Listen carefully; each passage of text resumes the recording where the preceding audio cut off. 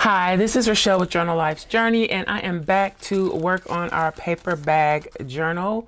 This is what we did in the previous video. I'll link to it in the iCard up above and in the description box below if you want to craft along. This is the end goal, or similar to it. This is the first one that I made, and I used a giant brown paper bag. These are my extras that I'm going to be using, but this is what the pages turn out looking like. You have a pocket here.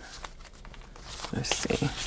So this is a pocket, and you have one on every page, and then the back of that page is just a flat page, but you also have a gusset here, opening, where you can slide a tag, and then this is a gusset where you can add flips to your album.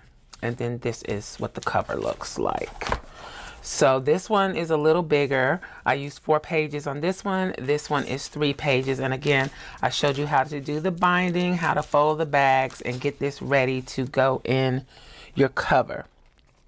So today we're going to make the cover, or the base of the cover. I have these 10 by 10 pieces of, I would say, a lightweight to medium weight chipboard. They were gifted to me someone had some packaging materials and gave this to me. So you could do the same thing with a cereal box. I do often use cereal boxes. I just don't have any available right now, so I'm going to use the chipboard. What I do to make it a little more sturdy, because you can see it's a little flimsy, I double it up. So to figure out what size chipboard I need, first of all, I know my spine is going to be the width of this.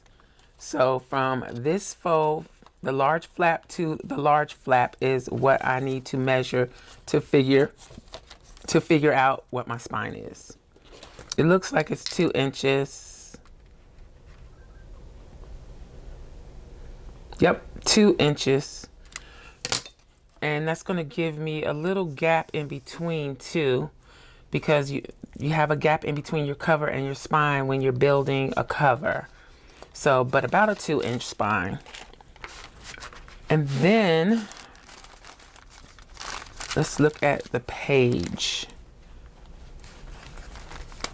The width of the page is 5 inches, I believe. So this is 5 by 6. I'd say this is about 5 1/4. Yeah. Now that I have it on here, and then amazing, 6 1/4. So 5 1/4, 6 1/4. I want to make it bigger as far as the width, I think. So let's do 5 1/2 by, let me see what this looks like, 6 1/2. That's a little too tall. No, it's not. So I'm going to do 6 1/2, 5 1/2 by 6 1/2. So I need to cut 4 pieces, 5 1/2 by 6 1/2.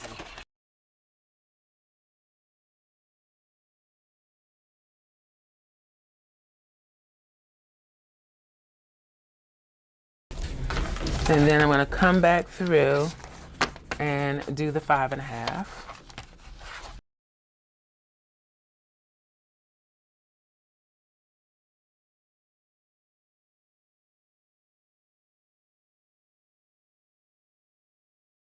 So because of the way that I cut that, now I have these 4 pieces that I could use to make a smaller journal cover. So I'm going to cut these 2 pieces to make my spine. That was 6 1/2.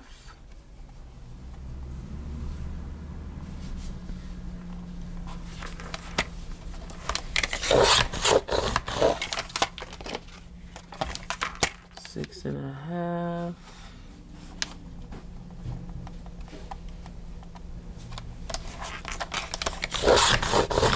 And then 2 inches in width for the spine. Let me make sure. We're talking 2 inches, so 1, 2, 3, 4. halves make 2 inches, and I got glue. Okay, so 2 inches.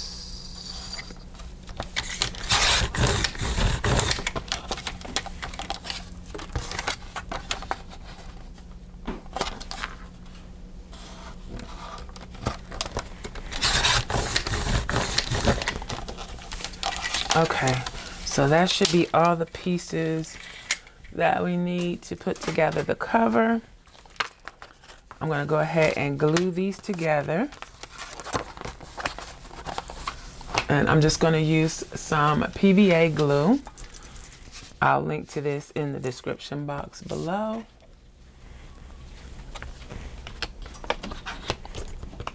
And just make sure to cover the area.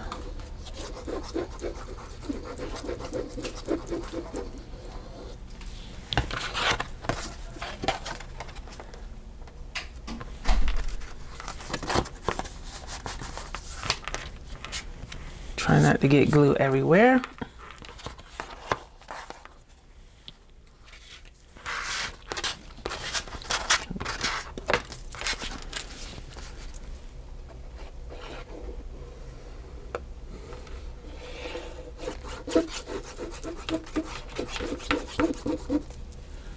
Okay.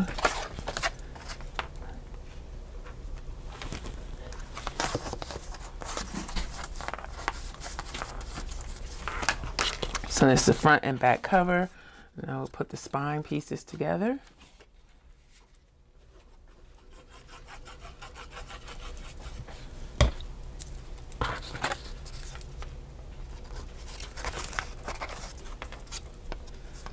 There we go. So while those dry, that's how they're going to be lined up. Make sure you put your pieces together that you kind of make sure that the two pieces are lined up well together. But while those dry, I'm going to cut a piece of Tyvek. Tyvek is a material that doesn't tear. Some of the postal envelopes are made like that. You can find other mailing envelopes that are made with Tyvek, and this looks like it's going to be exactly the right size. So when you get envelopes like this, save them if you're making journals and things like that, because you can use this Tyvek to make your journals, notebooks, whatever you're making.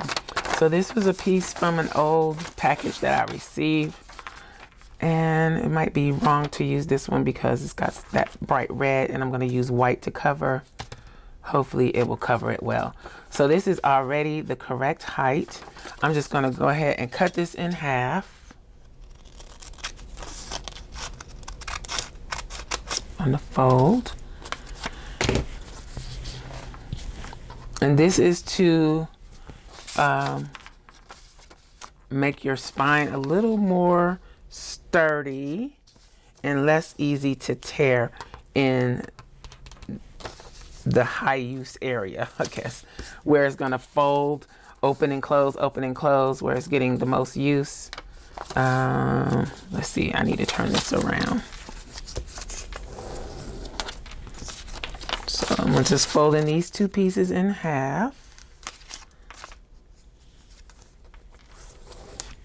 Just close the glue.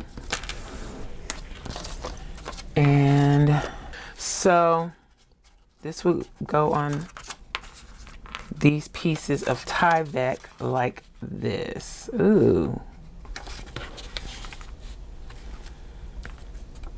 Okay, we're gonna go for it anyway. So I'm gonna just put some 3-in-1. I'm not using the other glue because I need something a little more substantial to hold this. The Tyvek can be problematic with sticking, so you need a good glue for this. And I'm not sure if double-sided tape works. I don't recall, but I prefer just to use the 3-in-1 or Fabri-Tac. So I'm going to place this on here near the fold, but not all the way to the fold. Leave myself some room. line that up. I'm going to place the spine on as well. Leave a little gap. You can even use a couple of pieces of the whatever chipboard you use to make sure you leave a big enough opening and to line things up, because you do want your top and bottom of your spine and your cover to be equal. And that does not look even at all. So you're trying to leave a little gap so that when you fold, the chipboard pieces are not bumping up against each other. It gives it room to fold. That's why you leave that gap in there. So we can actually fold all the way if we want to. Okay. Let's put this on the spine side. Do the same thing. Let's do the same thing on this piece. Put it together.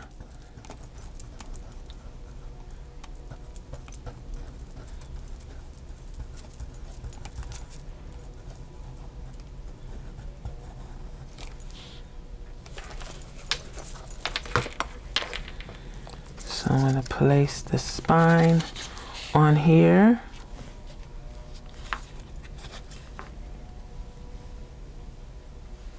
Give myself a little room. Place this on here. Make sure top and bottom are lined up. I think we're even. This can close. This can close. So we should be good. Okay. Turn that over. I got a little overhang here, so I'm just going to trim that off. And use my bone folder to make sure everything is down good. I got glue coming out the other end.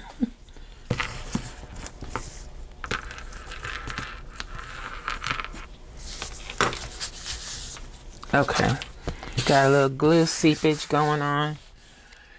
Guess I'm gonna have to scrub my desk. Okay, so that is gonna be the outside of our cover, and that's our cover. Now, once that's all good and dry, we are gonna cover it with a white cardstock because our base is white, our pages are white. I'm gonna need 2 pieces. Let's see, which way would be better? I'm gonna do it this way. 2 pieces of cardstock that I need to turn into 1 piece of cardstock. So I'm gonna take my 1/2 inch tape and combine them. I'm gonna run it down the side of the long end, the 11-inch side is the side I'm gonna use. As close to the edge as I can get it. Then I'm gonna use my ruler to trim it.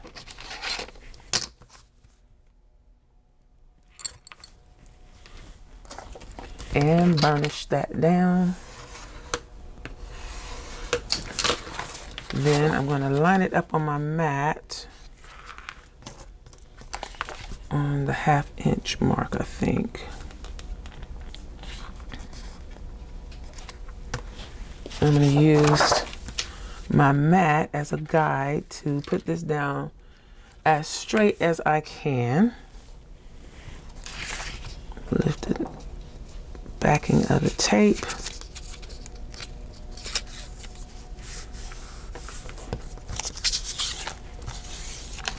And there we go. I don't know how even I got that, but so now we have, what is that? A 11 by 17 ish. This is probably about 1 inch shorter. So I'm going to use that to cover our book, but I need to trim. So let's use this as our measure for trimming. Get this lined up where it needs to be. This is a corner miter tool. I got this from Etsy. I will link to it in the description box below. So I need to trim here. And I'm drawing myself a good line so that I don't have to struggle to see it. And then I need to trim here. Okay. So let's get out the paper trimmer. Am I gonna be able to get that in there? Yikes. That might be a problem. Might have to cut it with the blade, but let's go ahead and cut this side off first.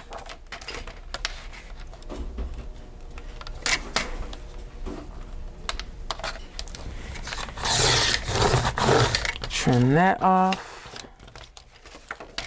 That's not gonna go in here.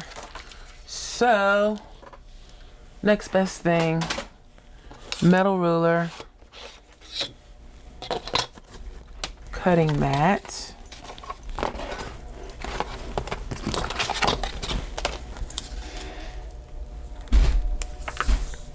line this up on the line. Let's see, as straight as I can get it. And I'm gonna use my utility knife / craft knife to trim this. Firmly holding the ruler as best as I can. Think it already cut through. Yes, it did. Okay, great. And lock that. Okay. Well, it didn't quite cut through that. Yes, it did. Okay, so now we want to glue this to the base. You can use whatever glue you want to use. I am going to do a light coat of PVA. Then I'm going to put some 3-in-1 on this part.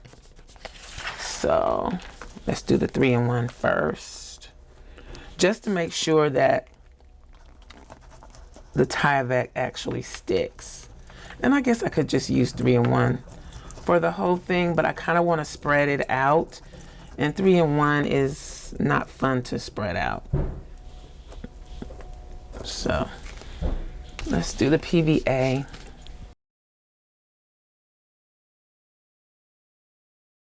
Now you could just tape all of this. Normally that's what I do, but I'm trying different things.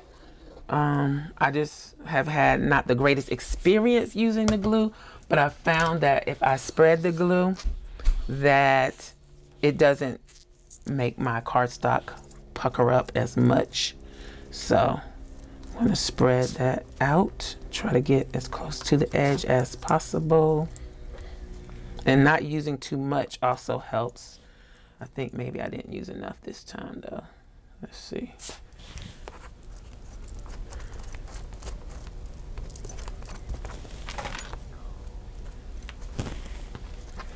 Put a little bit more on this side. I'm trying to hurry before it dries.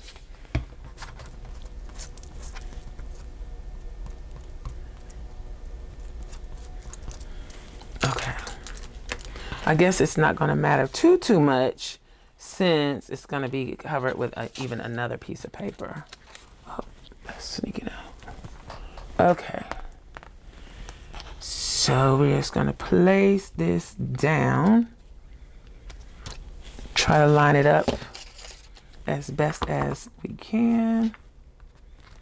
Ruler needs to come over this way a little. I don't know if it's going to move.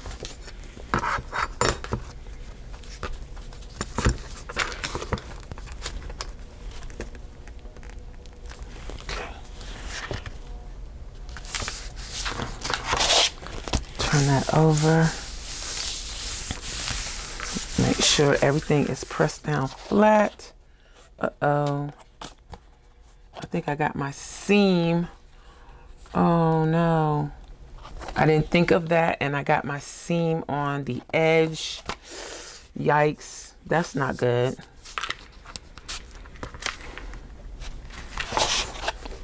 We're gonna have to do something to overcome that. I'll probably do a covered spine, I think. That's gonna create bulk, but it can't be helped. Okay, so it's on there. When you do this, make sure that you center the paper. Where we connected the 2 pages should be in the middle of the spine, not where the spine folds. You don't want that on the fold like that, because when you fold it, it's gonna put pressure on it and possibly pull the papers apart. But I'm gonna have to work around that. I'll probably do a covered spine. Instead of doing the spine like this, I'll come over, all the way over the spine with whatever I decide to do. So that was a mistake, but we're gonna keep going. Okay. I'm gonna use my miter tool to easily mark my corners where I need to cut.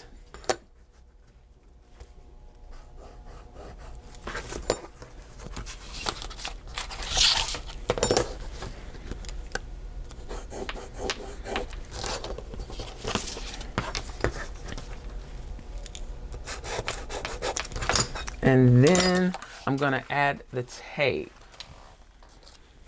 So I'm gonna add tape here on the very edge. And again, I'm tearing because I'm gonna cut this off. And then, well, I guess I shouldn't have tore for this. I'm gonna add tape onto the actual chipboard down into the little crevice between the cover and the spine, and all the way to the other end of the chipboard. Let's cut it. Boop, boop. Knocking everything over. Let's cut that. Do the same thing on the other side.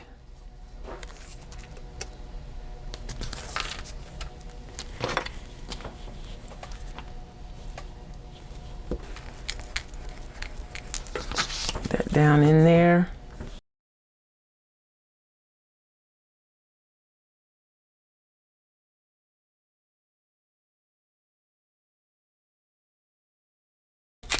Then I'm going to do the same thing on the short ends.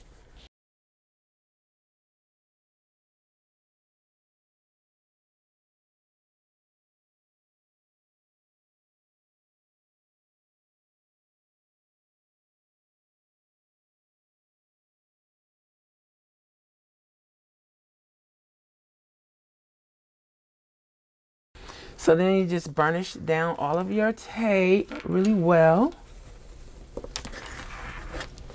Then I'm gonna go ahead and trim my corners where I marked them at, and you can still see the pencil mark. That's why I do that first. And if you don't have a miter tool like that, just make sure you don't get too close to the corner. Because if you do, then your corner is going to be exposed and you'll have to do something to cover that.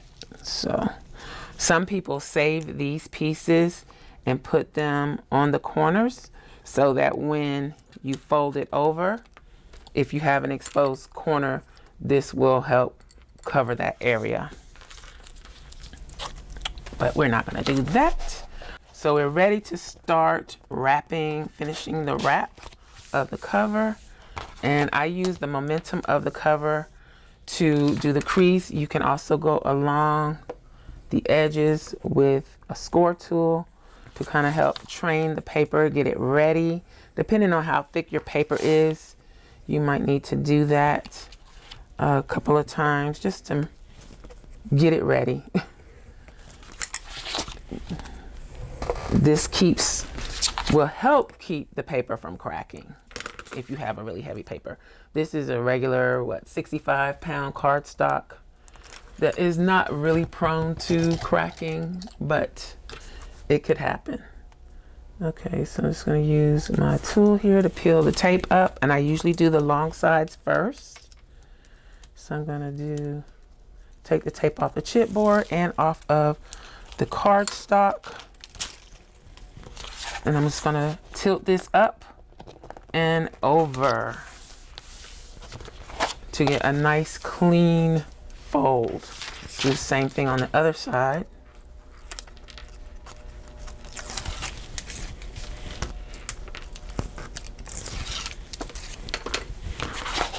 Tilt it up and over. And you don't have to use tape for this either. You can use glue. Now, before I move on, I'm going to take my score tool and press down into those folds areas, the open areas where it's supposed to fold, to get this paper ready to fold. This one is a little more complicated because I made the mistake on the spine, but we're still going to work around that. Press that down. Press that down. Okay. Let's take this off. Do the short ends. Make sure that your corner is pressed in a little bit.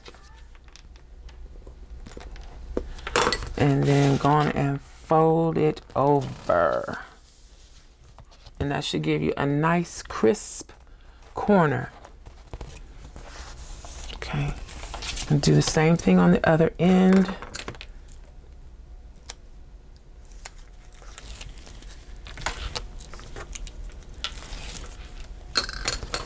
Try not to touch your tape. That's another thing I've heard. It's best not to touch it. Use one of these types of tools or whatever you find works best for you. And then I'm just going to press everything down.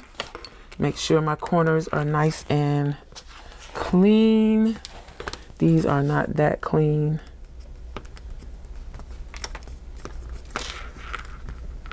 I'm going to press them down. Burnish everywhere that glue is. Get in those folds really well.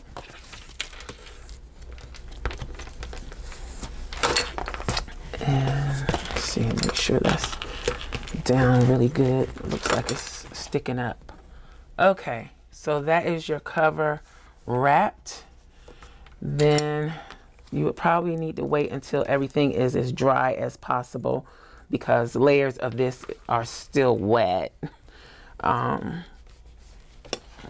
Normally I would wait in between, but I'm just gonna start working these folds, get them to fold over. And there we have our wrapped cover. Now you can see here what I was talking about.